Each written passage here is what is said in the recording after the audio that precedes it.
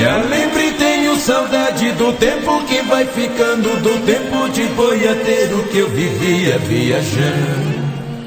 Eu nunca tinha tristeza, vivia sempre cantando, mês e mês cortando estrada no meu cavalo do ano. Sempre lidando com gado, desde a idade de 15 anos. Não me esqueço de um transporte, 600 bois goiabanos.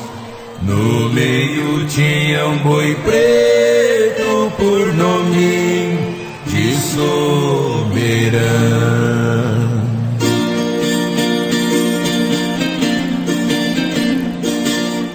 Na hora da despedida o fazendeiro foi falando: cuidado com esse boi que nas guambas é leviano.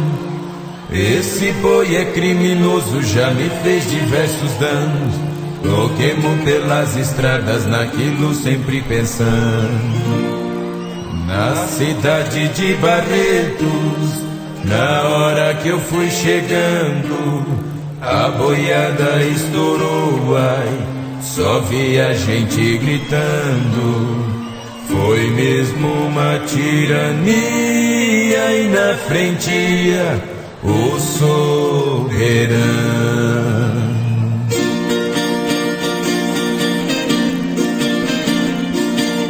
O comércio da cidade, as portas foram fechando. Na rua tinha um menino, de certo estava brincando.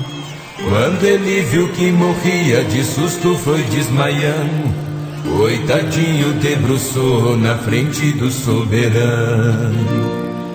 O soberano parou, ai, em cima ficou bufando, rebatendo com os chifres os bois que vinham passando. Naquilo o pai da criança de longe vinha gritando.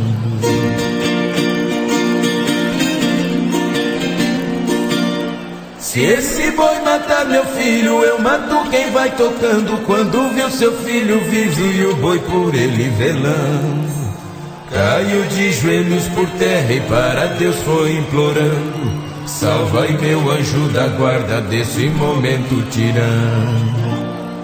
Quando passou a boiada e o boi foi se arretirando, veio o pai dessa criança, me comprou o soberano. Esse boi salvou meu filho, ninguém mata o soberano.